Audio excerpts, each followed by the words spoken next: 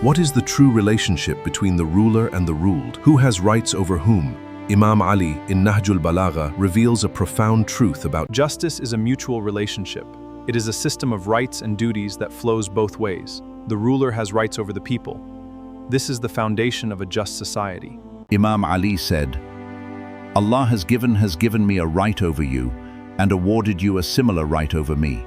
This is the foundation of his approach to justice. The approach of Nahjul-Balagha to justice and human rights rests on foundations that have been mentioned before. In Sermon 216, from which we have previously quoted, Imam Ali says, Allah has, by entrusting me with your affairs, given me a right over you and awarded you a similar right over me. The issue of rights as a subject of discourse is inexhaustible, but is the most restricted of things when it comes to practice. A right does not accrue in favor of any person unless it accrues against him also, and it does not accrue against him unless it also accrues in his favor. As can be noticed from the above passage, Allah is central to Imam Ali's statement about justice, rights, and duties.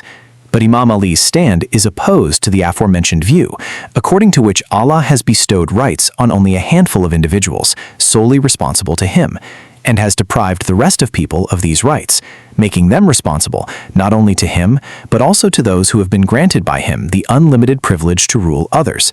As a result, the ideas of justice and injustice with regard to the relationship between the ruler and the ruled become meaningless. In the same sermon, Imam Ali says the following: no individual, no matter how eminent and high his station in religion may be, is above needing the cooperation of the people in discharging his obligations and the responsibilities placed upon him by Allah. Again, no man, however humble and insignificant in the eyes of others, is too low to be ignored for the purpose of his cooperation and his providing assistance. In the same sermon, Imam Ali says the people not to address him in the way despots are addressed. Do not address me in the manner despots are addressed. Do not address me by the titles used to flatter despots and tyrants. In your attitude towards me, do not entertain the kind of considerations that are adopted in the presence of unpredictable tyrants. Do not treat me with affected and obsequious manners. Do not imagine that your candor would displease me, or that I expect you to treat me with veneration. One who finds it disagreeable to face true and just criticism would find it more detestable to act upon it. Therefore, do not deny me a word of truth or a just advice. From these sayings, we can understand the depth of Imam Ali's concept of justice. He not only clarifies the mutual relationship of rights, but also emphasizes equality and shared responsibility between the ruler and the ruled. His position that no individual is above needing the cooperation of others in fulfilling his duties highlights a fundamental characteristic of the Islamic system of governance. Imam Ali's command that people should not address him in the manner of despots is a reflection of his humility and closeness to the people. He emphasizes that people should speak to him openly and frankly, avoiding flattery and pretension. This is a path that serves as a guiding light for us even today, where the distance between the ruler and the ruled continues to grow. According to Islamic teachings, just as the ruler has rights over the people also have rights over the ruler.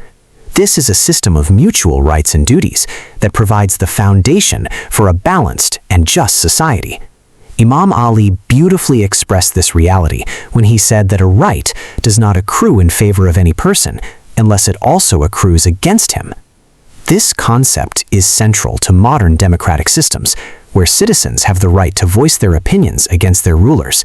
Imam Ali had already clarified this principle 1400 years ago, that no individual, no matter how powerful, is above needing the cooperation and opinion of the people. Imam Ali's stance that he does not like flattery and pretension is a shining aspect of his character. He sets an example of a ruler who tolerates criticism from the people and encourages them to freely express their opinions. This is a quality rarely seen in rulers today. This sermon of Nahjul-Balagha teaches us that justice is not limited to courts alone. Rather, it is a comprehensive system of the relationship between the ruler and the ruled, the mutual sharing of rights and duties, and the frank opinion of the people. These are the principles that provide the foundation for a strong, just, and prosperous society. Imam Ali's statement that A right does not accrue in favor of any person unless it also accrues against him, gives a new dimension to the concept of justice. It highlights the reality that rights and duties are complementary to one another.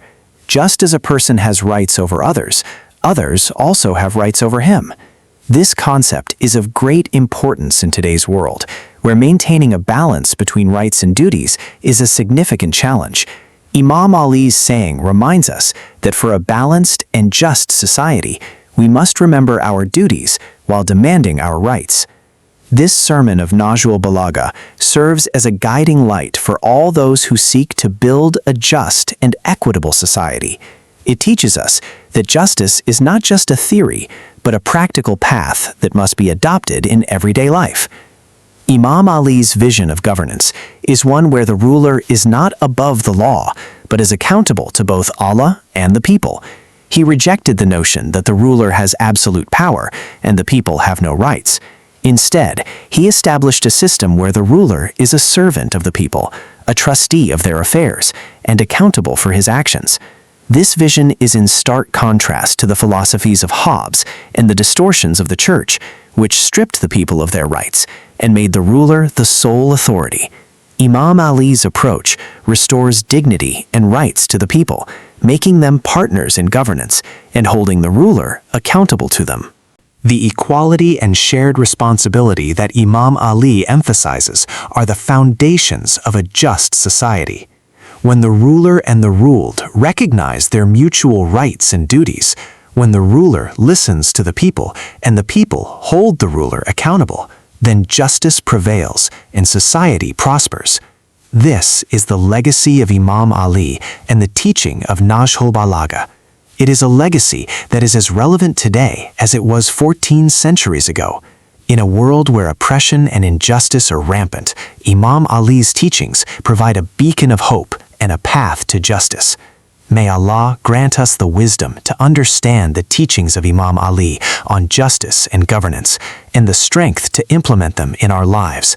May He guide our leaders to be just, compassionate, and accountable, and may He protect our societies from oppression and tyranny. May He make us among those who uphold justice and who stand against injustice wherever we find it. Amin.